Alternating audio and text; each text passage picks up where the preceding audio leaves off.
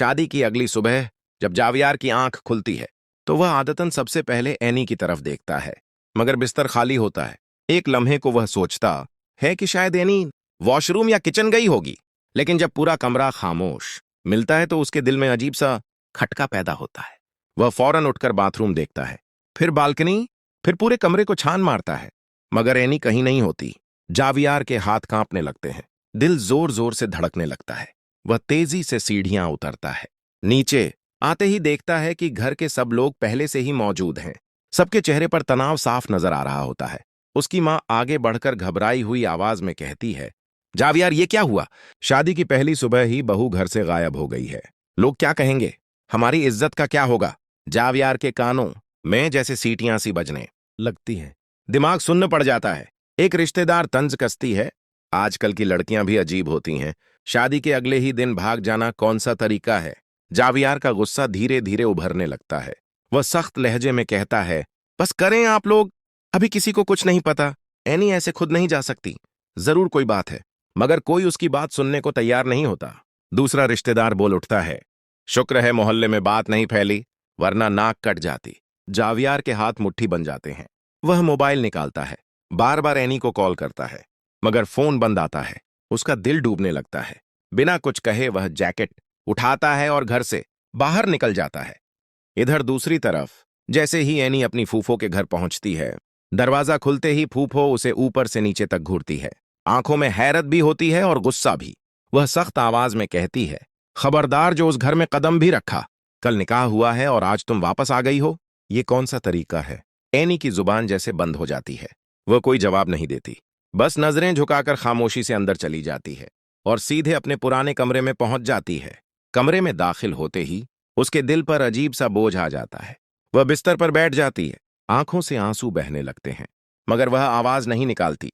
कुछ देर बाद उसका फूफा आता है। नरमी से उसके पास बैठकर कहता है, बेटा, ये तुमने ठीक नहीं किया। शादी के बाद ऐसे घर छोड़कर आ जाना अच्छा नहीं लगता। लोग बातें बनाते हैं। जावियार ने तुम्हें इज्जत दी है, तहफ्फुज दिया है, फिर तुम क्यों भाग आई?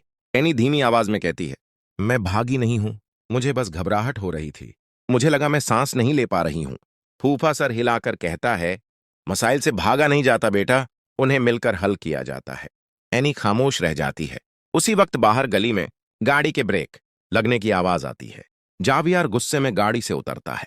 उसकी आंखें सुर्ख होती हैं, चेहरा सख्त। मोहल्ले के कुछ लोग बाहर निकल आते हैं।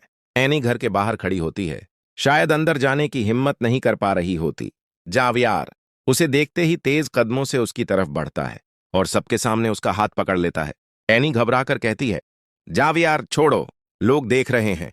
मगर जावियार का सब्र टूट चुका होता है। वह सख्ती से उसे अपनी तरफ खींचता है। लोग सरगोशियां करने लगते हैं। देखो, नई नई शादी का झगड़ा है, शुरू में ऐसा ही होता है। एनी की फूफो दरवाजे पर खड़ी तमाशा देखती रहती है, मगर कुछ नहीं कहती। जावियार एनी को लगभग घसीटते हुए गाड़ी तक लाता है।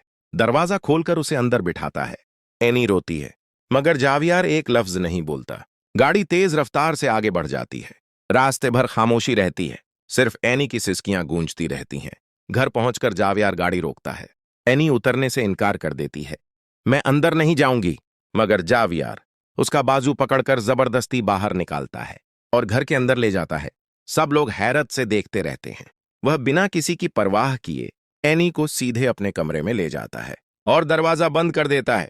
एनी पीछे हटती है। जावियार सख्त आवाज में कहता है, ये क्या हरकत थी?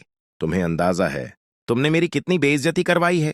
एनी रोते हुए कहती है, मैंने किसी की बेइज्जती नहीं की, मुझे बस डर लग रहा था। जावियार गुस्से से बोलता है, डर लग रहा था तो मुझसे बात करती।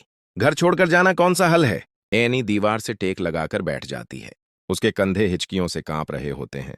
जावियार कुछ लम्हे उसे देखता रहता है, फिर दरवाजे की तरफ जाता है और बाहर से कुंडी लगा देता है। एनी घबराकर उठती है और दरवाजा पीटते हुए चिल्लाती है, जावियार, दरवाजा खोलो। मगर बाहर मुकम्मल खामोशी होती है। एनी बिस्तर पर बैठ जाती है। उसे अपने किए पर भी पछतावा होता है और जावियार के रवैये पर भी दिल टूट जाता है। कहानी यहीं खत्म नहीं होती, असल ड्रामा तो अब शुरू होने वाला है।